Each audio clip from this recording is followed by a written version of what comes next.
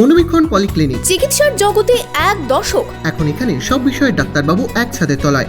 Phone করুন 7477999515 এই নম্বরে। সাগরদিঘিতে ভয়াবহ পথ দুর্ঘটনায় বলি এক। ঘটনাটি ঘটেছে সাগরদিঘি থানার পাটকেলডাঙ্গা অঞ্চলের দিয়ার বালাগাছি মাঠ সংলগ্ন এলাকায়। স্থানীয় সূত্রে জানা যায়, বাইকে করে স্বামী স্ত্রী দুজনে শ্বশুরবাড়ির দিকে যাচ্ছিল। সেই মুহূর্তে উল্টো দিক থেকে বালি বোঝাই ট্রাক্টর আসছিল। ট্রাক্টরটি গতিবেগ সামলাতে না পেরে মুখোমুখি ধাক্কা মারে বাইকের সঙ্গে। ঘটনাস্থলে মৃত্যু হয় অপর্ণা মণ্ডল নামে এক মহিলার। দুজনকে গুরুতর আহত অবস্থায় সাগরদিঘি সুপার স্পেশালিটি হাসপাতালে ভর্তি করা হয়।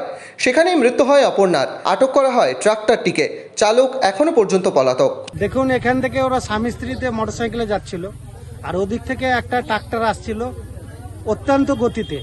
তারা নিয়ন্ত্রণ হারিয়ে এমনভাবে মেরে পিছে দিয়ে চলে যায়, দাঁড়ায়, কিছুক্ষণ দাঁড়ায়, কিন্তু তার স্বামী তার স্ত্রীকে নিয়ে বাড়িতে জানার জন্যে ফোনটা করে। ফোনটা মানে অর্ধেক করা হয়নি, ওরা 3-4 জন ছিল, ফোনটাকে কেড়ে ওদেরকে কথা বলতে দেয়নি, ফোনটাকে গঙ্গার জলে ফেলে দিয়েছে।